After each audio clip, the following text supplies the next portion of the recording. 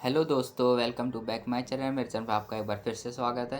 दोस्तों, आज हम इस वीडियो में जानेंगे कि चीन भारत के लिए सरदर्द क्यों बना हुआ है। आखिर क्या चाहता है चीन हिंद प्रशांत क्षेत्र में। आप आए दिन सुनते होंगे कि भारत और चीन के बीच तनातनी महसूस होती है। भारत और चीन के सैनिक सीमा पर हमेशा से झड़पें करते हैं, उनके बीच झड़प होती रहती है। तो दोस्तों, क्या आपको 1962 का युद्ध याद है, जब चीन ने बेवजह भारत पर हमला कर दिया था और भारत को उस समय मात खानी पड़ी थी, क्योंकि उस समय जवाहरलाल नेहरू और चाउ एन लाई जो चीन के राजनेता थे, इन दोनों के बीच बहुत अच्छी मित्रता थी और भारत को उम्मीद नहीं थी कि चीन भारत पर हमला कर देगा। इसके बावजूद भी चीन ने भारत पर हमला कर दिया और भारत के साथ धोखा किया। उस समय चीन ने तिब्बत पर भी हमला कर दिया, जो कि एक भारत का ही भाग हुआ करता था।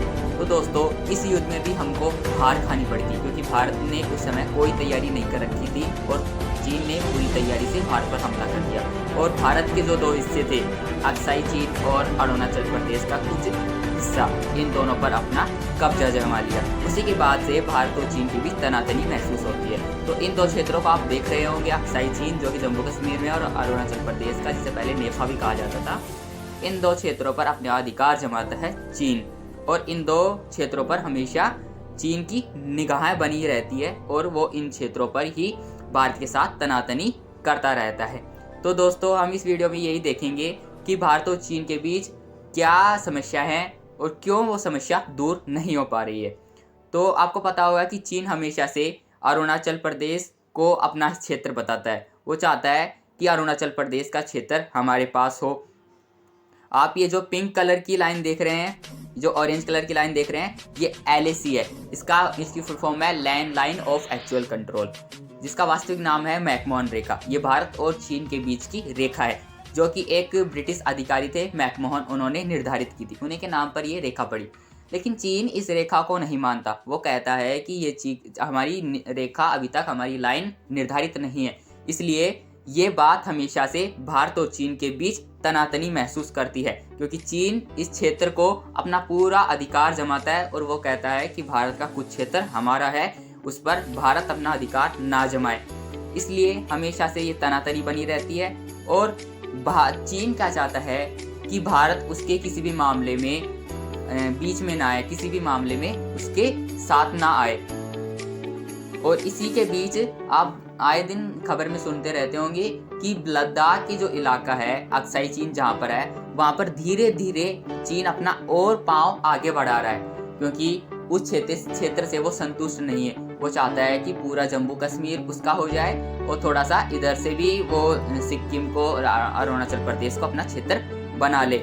इसीलिए वो आए दिन भारत के साथ लड़ता रहता है, क्योंकि वो भारत का ध्यान इस क्षेत्र पर बनाए रखना चाहता है और इसके बजाय वो अपना ध्यान हिंद प्रशांत क्षेत्र पर लगाना चाहता है, क्योंकि हिंद प्रशांत क्षेत्र बहुत ही महत्वपूर्ण क्षेत्र है। वहाँ पर अगर चीन अपना ध्यान बना लेता है और इस क्षेत्र को अपने कब्जे में ले लेता है, तो भारत के जितने भी पड़ोसी देश हैं, सब चीन के साथ चले जाएंगे। इसी को देखते हुए भारत ने एक क्वाड संगठन बनाया है, जिसमें 4 देश शामिल हैं, भारत समेत 3 देश और जापान, ऑस्ट्रेलिया और अमेरिका, चौथा भारत। इसमें इन 4 देशों का एक संगठन बनाया, जिसे हम क्वाड कहते हैं।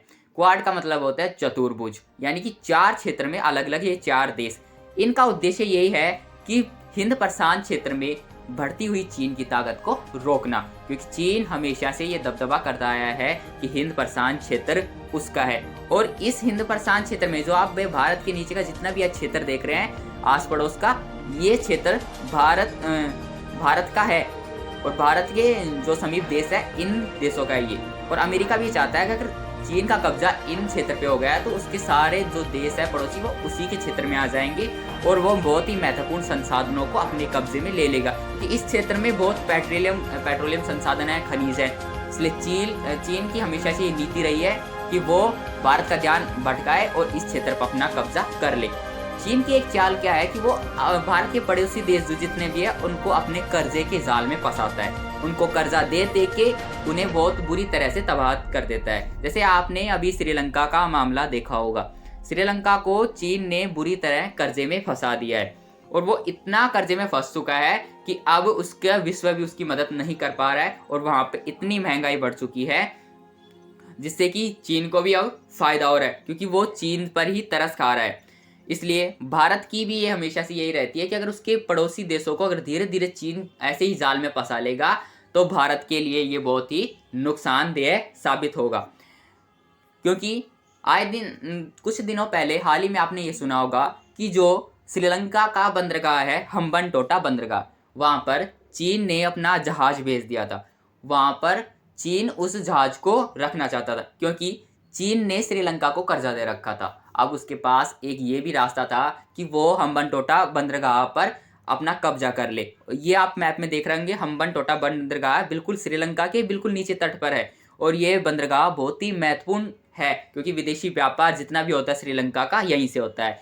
चीन का ये उद्देश्य था कि इस हम्बनटोटा बंदरगाह पर अगर मैं अपना जहाज खड़ा कर देता हूँ तो मैं पूरे हिंद प्रशांत महासागर पर नज़र रख पाऊंगा, और भारत को इसमें बहुत बड़ी मुश्किल थी। अगर वहाँ पर चीन का बंदरगाह होता तो भारत का जो दक्षिण एरिया था उस पर भी चीन अपनी निगाहें बना रखता, क्योंकि आपको पता है कि बेंगलुरु में ही भारत का जो जितनी भी कंपनियां हैं वो बेंगलुरु में ही काम करती हैं, ज़्यादातर हथियार बनाने का वहीं पे काम करती हैं। और जितने भी तमिलनाडु, चेन्नई और केरल जितने भी खनिज तत्व है वहाँ पर चीन अपनी नज़रें बनाए रखता। इसलिए ये भारत के लिए बहुत ही अहम साबित हुआ ये खतरा।